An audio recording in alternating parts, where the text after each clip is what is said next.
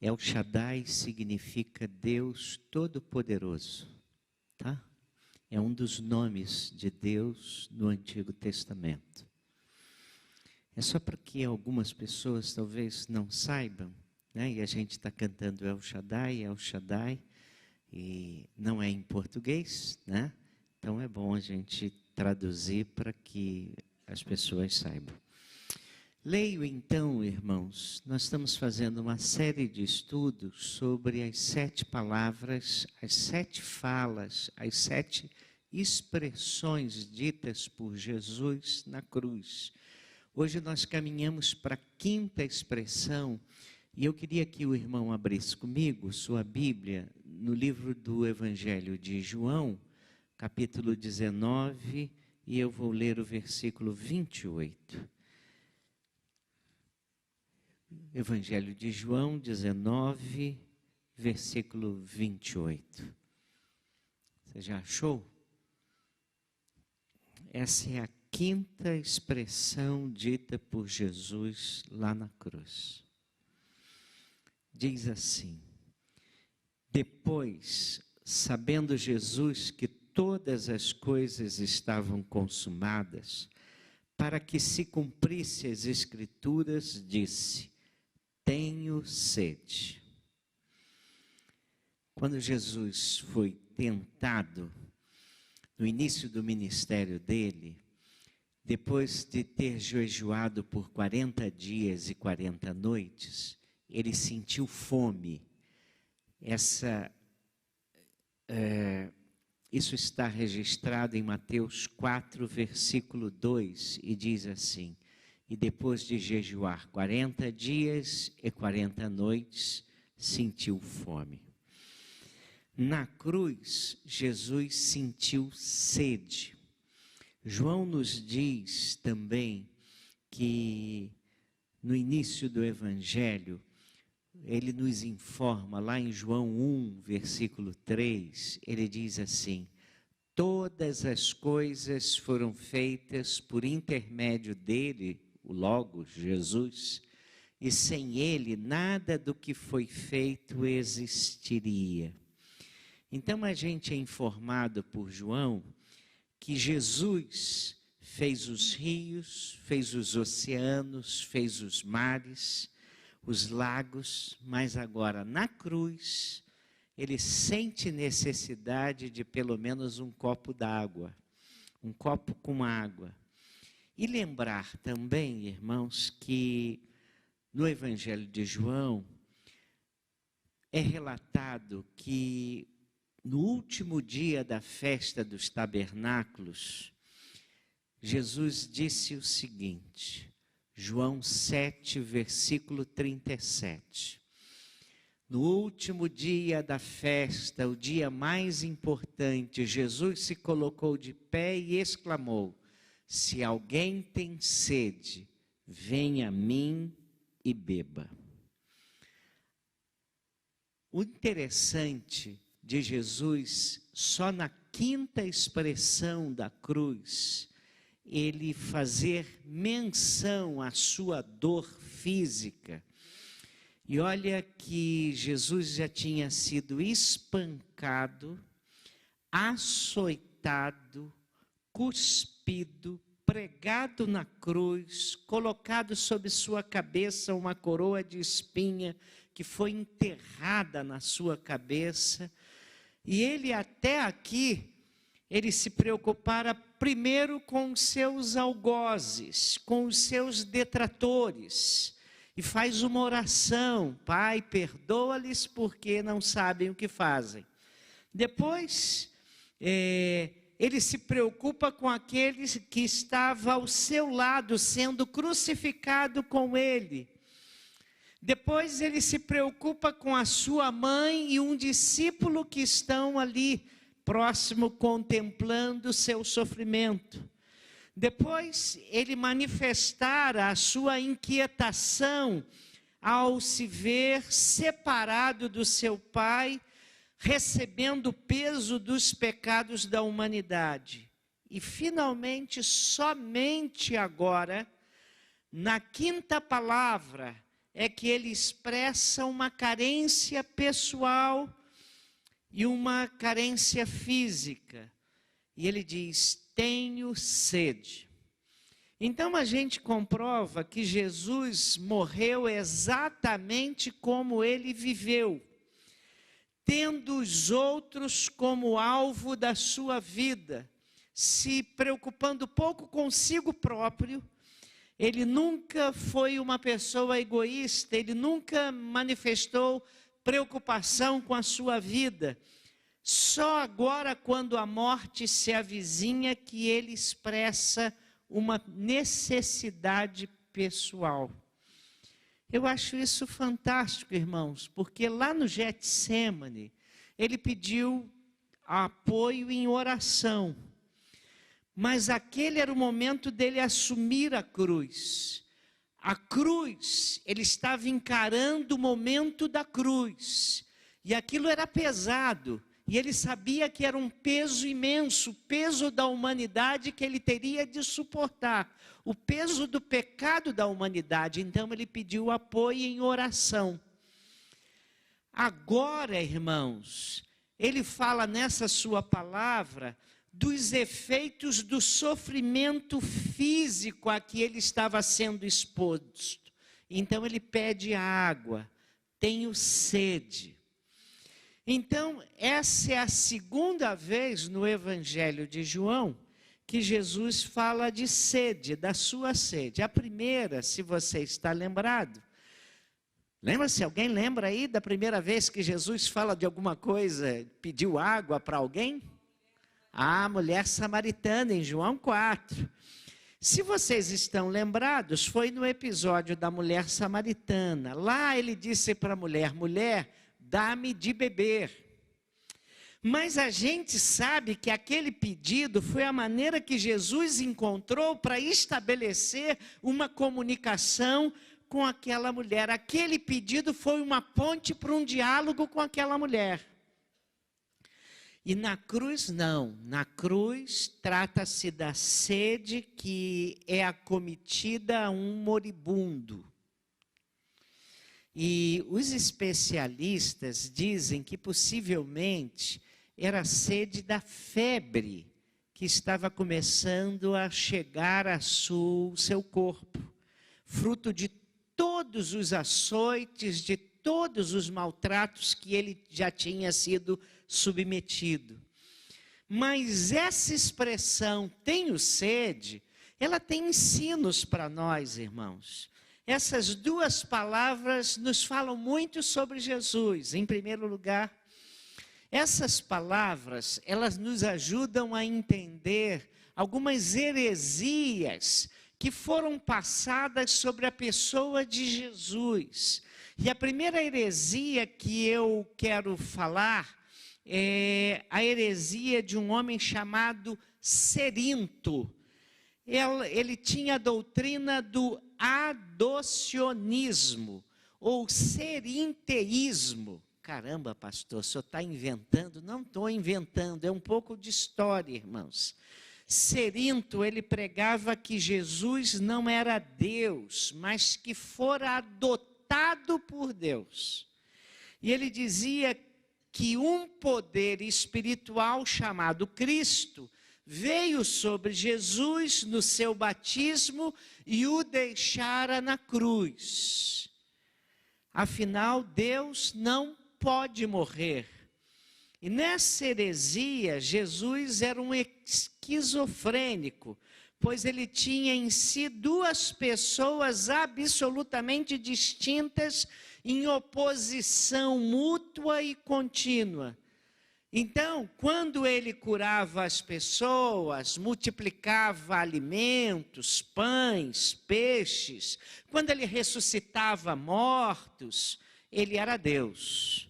Mas quando Jesus se irava, quando ele comia, tinha fome, quando ele chorava, tinha sede, ele era homem.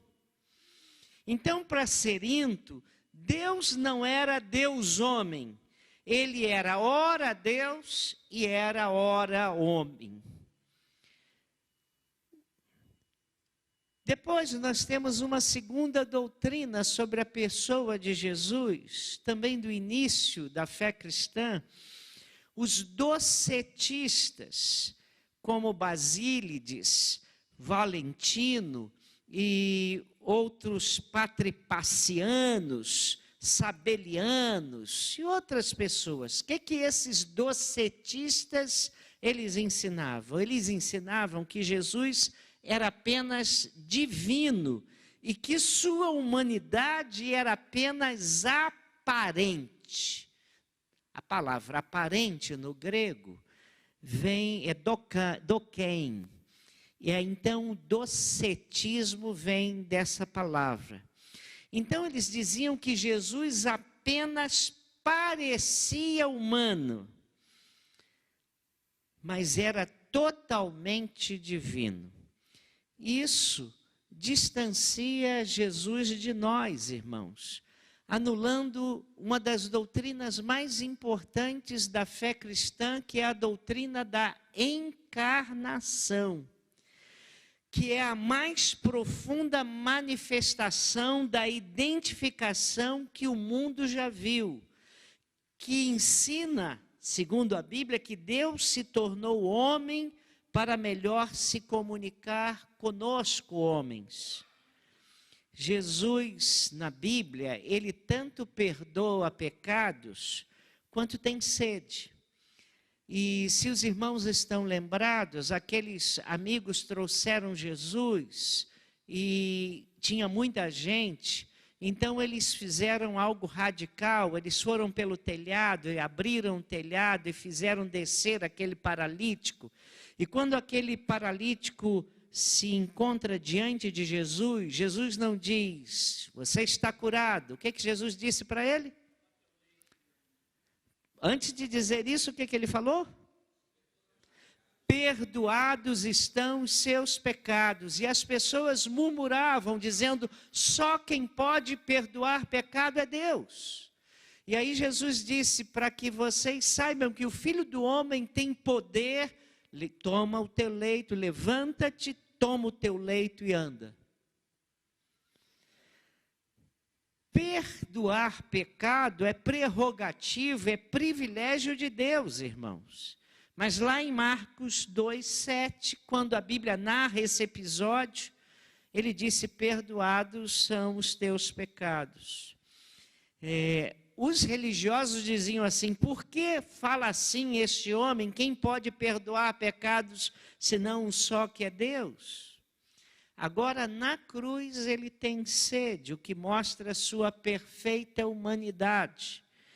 Ele é perfeito Deus, ele é perfeito homem, ele é 100% Deus e é 100% homem, sem significar que fosse 200%. E por que isso é importante, irmãos?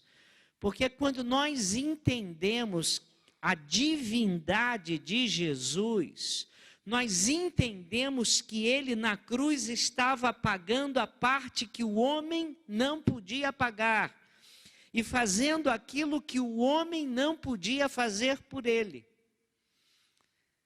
Então ele disse, tenho sede, mostrando que ele era perfeitamente homem, mas nós já vimos que ele era perfeitamente Deus. Terceiro lugar, irmãos, tenho sede, nos faz lembrar que Deus nos compreende porque sabe o que é ser homem. Sofrimento e dores não são estranhos ao nosso Deus. Ele sabia o que era sofrer, porque ele é onisciente, sabe todas as coisas.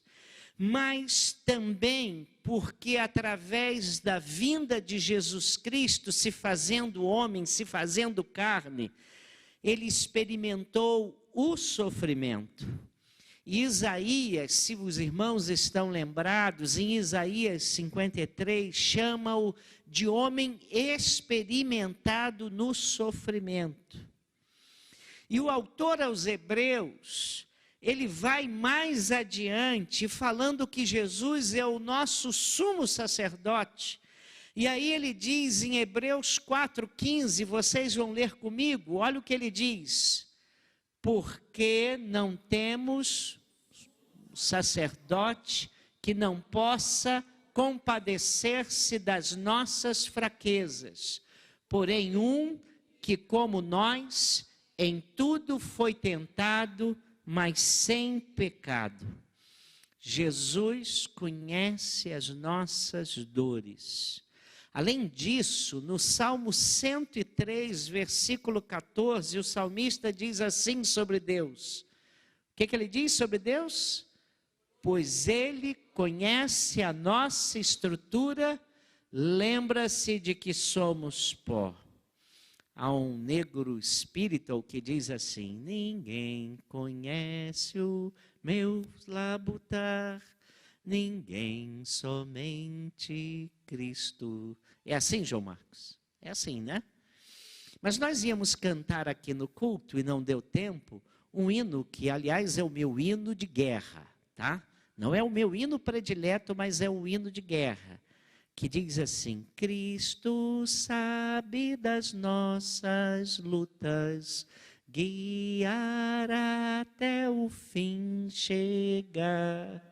Nenhum amigo é igual a Cristo, não nenhum, não nenhum.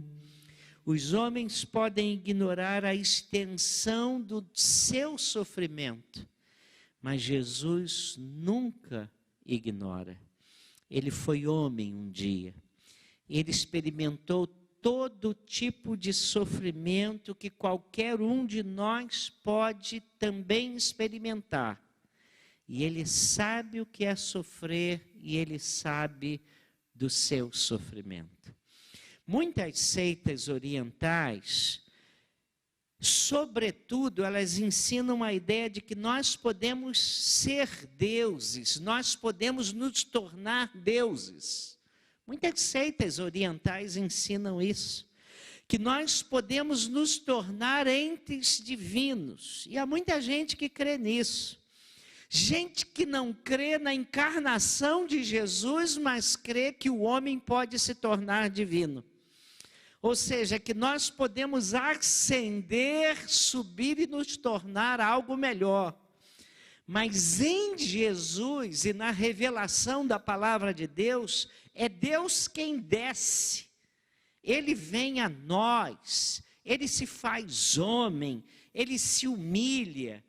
Veja que interessante, muitas pessoas rejeitam a divindade de Jesus e creem que pecadores como nós podem chegar a ser divinos.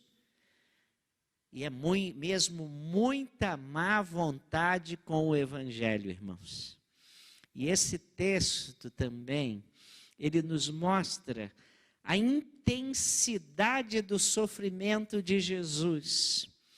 Ele foi, como eu já disse, espancado, ele carregou a sua cruz, ele não teve forças no meio do caminho para carregar o tronco, ele precisou ser ajudado, teve as mãos e os pés rasgados, sofria falta de ar, sintoma da crucificação, e segundo os especialistas, como eu já disse, a sede era efeito da febre. E por que Jesus sofreu tudo isso? Por idealismo, espírito de mártir? Isaías 53 responde. E aí eu leio os versículos de 3 a 7, embora só estejam aqui os versículos 5 e 6. Eu vou começar com o versículo 3, que diz assim: foi desprezado e rejeitado pelos homens, um homem de tristeza e familiarizado com o sofrimento, como alguém de quem os homens escondem o rosto, foi desprezado e nós não o tínhamos em estima. Certamente ele tomou sobre si as nossas enfermidades e sobre si levou as nossas doenças. Contudo, nós o consideramos castigado por Deus, por ele atingido e afligido. mas ele foi transpassado por causa das nossas transgressões, foi esmagado por causa das nossas iniquidades. O castigo que nos trouxe paz estava sobre ele, pelas suas feridas fomos curados. Todos nós, tal qual ovelhas, nos desviamos, cada um de nós se voltou para o seu próprio caminho, e o Senhor fez cair sobre ele a iniquidade de todos nós. Ele foi oprimido e afligido, contudo não abriu a sua boca, como um cordeiro foi levado para o matadouro, e como uma ovelha que diante dos seus tosqueadores fica calada, ele não abriu a sua boca. O seu sofrimento foi para nossa salvação. Mas há uma quarta coisa que eu queria destacar, que é dita por João no Evangelho, no capítulo 19, versículo 28. Diz assim, o versículo 28, depois, sabendo Jesus que todas as coisas já estavam consumadas, para que se cumprisse a Escritura, disse, tenho sede. Mas a expressão que eu quero destacar é para que se cumprisse as Escrituras. A gente não pode desperceber essa expressão. E o foco aqui dado pelo evangelista é o cumprimento das Escrituras. Estava predito há mais de 1000 anos que ele sentiria sede. E aí nós vamos ao Salmo 22, versículo 15. Será que eu coloquei aí? Coloquei. Vamos ler todos juntos? A minha força secou-se como um caco, e a língua se me pega o paladar. Tu me puseste no pó da morte. Ele não tem mais saliva, a sua língua está seca e se apega ao paladar, tem sede. Na verdade, nesse momento, Jesus se sente fraco. Veja quantos detalhes sobre a morte de Jesus 1000 anos antes. O Salmo 69 também fala disso. Aí você pode pensar assim, Jesus foi tão farsante, que pensou em tudo, pensou em todos os pormenores, pensou nos mínimos aspectos para impressionar as pessoas. Será que algum doido pensaria nisso? É possível, irmãos. Incredulidade faz brotar todas as presunções possíveis, irmãos. Mas a pergunta respondendo é essa: que lucro isso seria para Jesus? Porque ele morreria do mesmo jeito. E você acha que diante de tanto sofrimento, porque o sofrimento não foi só na cruz, veio desde o julgamento dele até a passagem dele pela via crucis até chegar ao lugar em que ele seria crucificado? Um homem assim teria ânimo para engendrar uma farsa tão prejudicial para ele próprio? Quinto lugar, os soldados romanos que estavam ali, eles ouviram o pedido de Jesus, mas eles tomaram uma atitude muito desumana. E aí é dito em João 19, versículo 19. Vamos ler todos juntos? Estava ali um vaso cheio de vinagre. Puseram, pois, numa cana de isopo, uma esponja ensopada de vinagre, e lá chegaram à boca. Mas, irmãos, isso estava predito também, porque no Salmo 69, versículo 21, é dito, vamos ler lá em cima, vamos? Deram-lhe fel por mantimento, e na minha sede me deram a beber vinagre. Irmãos, seria muito pouco provável que os inimigos de Jesus quisessem fazer as Escrituras se cumprirem. Você não acha esquisito? Se eu sou inimigo de Jesus, eu não iria querer que minha ação fizesse com que fosse cumprido uma profecia a respeito de Jesus como Messias. Mas elas dão testemunho, os inimigos de Jesus, dão um testemunho eloquente de que ele era realmente o Messias. E era a última coisa que você pudesse esperar, que você podia esperar de inimigos. Porque eles contestavam a messianidade de Jesus. Mas simplesmente Deus já sabia de antemão todas essas coisas, porque em Apocalipse 13:8, a Bíblia diz que Jesus é o Cordeiro que foi morto desde a fundação do mundo. E a atitude de lhe oferecer vinagre também mostra o ódio dos homens. Eles não tinham nenhum interesse em fazer cumprir as Escrituras. E esses homens podiam ter ao menos um gesto de compaixão para alguém que estava morrendo, mas nenhuma compaixão. Mas é também o cumprimento da palavra de Deus em João 15, versículo 23. Vamos ler? Mas isto é para que se cumpra a palavra que está escrita na sua lei. Odiaram-me sem causa. E aí os irmãos vão vendo que uma pequena expressão, tenho sede, que parece uma expressão, um gemido humano de quem que está sofrendo, tem uma repercussão muito maior, porque essa expressão, ela evoca profecias, ela evoca palavras ditas nos evangelhos que falam daquilo que Jesus seria submetido por causa do seu amor por nós. Jesus foi o homem das Escrituras, cumpriu-a em pormenores até o fim. Ele também viveu as Escrituras, ele a encarnou. E Jesus cumpre tudo até o fim. É por isso que o morto na cruz não é um derrotado, mas é um triunfante. E por isso o apóstolo Paulo, ele fala algo que nós conhecemos muito bem. Vamos ler todos juntos? Filipenses 2, de 7 a 11. Vamos ler? Paulo falando do triunfo de Jesus. Vamos lá? Mas esvaziou-se a si mesmo, vindo a ser servo, tornando-se semelhante aos homens, e sendo encontrado em forma humana, humilhou-se a si mesmo e foi obediente até a morte, e morte de cruz.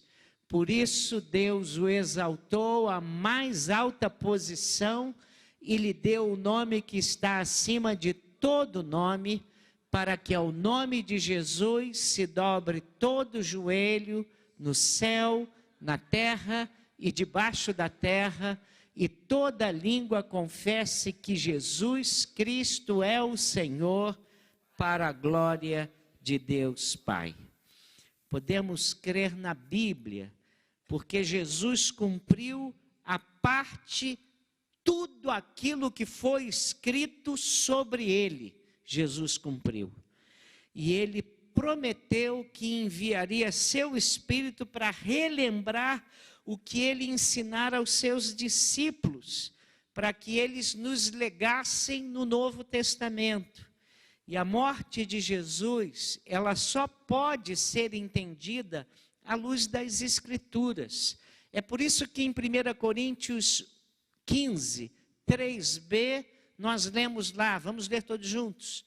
Cristo morreu pelos nossos pecados, segundo as Escrituras. E esse pedido de Jesus, dizendo que estava com sede, esse pedido de Jesus na cruz foi também uma das poucas vezes em que Jesus precisou de alguém. No Getsêmani, ele precisou do apoio dos discípulos em oração. E o que aconteceu? Os discípulos falharam. Irmãos, na cruz, ele pediu água. E o que aconteceu? O que ele recebeu? Vinagre, vinho azedo. O vinho na cultura hebraica era símbolo de alegria. Mas o vinagre era o símbolo de ódio e de rejeição. E aí a gente pode perguntar a você, o que você tem dado a Jesus, vinho ou vinagre? Alegria ou rejeição? Ódio.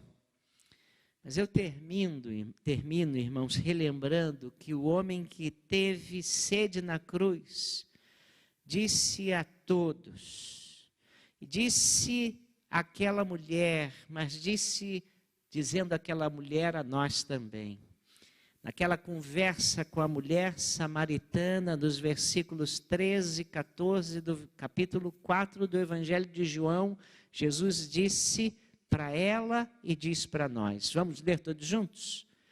Qualquer que beber desta água terá sede novamente, mas aquele que beber da água que eu lhe der, nunca mais terá sede. Mas a água que eu lhe der, se fará nele uma fonte de água a jorrar para a vida eterna. Não é preciso mais ter sede. Jesus sacia a nossa alma. Que Deus nos abençoe, irmãos. Mas que expressão maravilhosa. Tenho sede. Através dessa expressão, nós compreendemos melhor a natureza de Jesus. Perfeitamente Deus, perfeitamente homem, que se deu por nós para pagar a dívida que nós não conseguiríamos pagar. Que Deus nos abençoe.